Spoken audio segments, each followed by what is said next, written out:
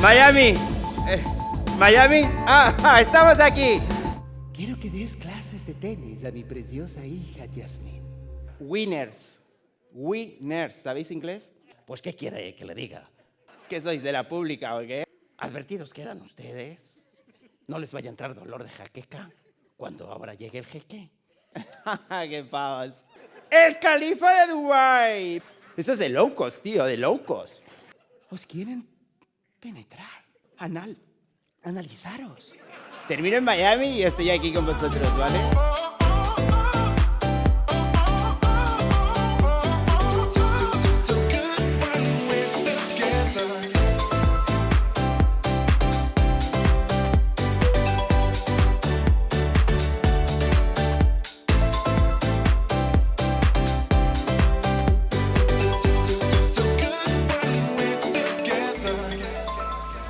¡Wow! ¡Increíble! ¡Gracias, Miami! ¡Gracias!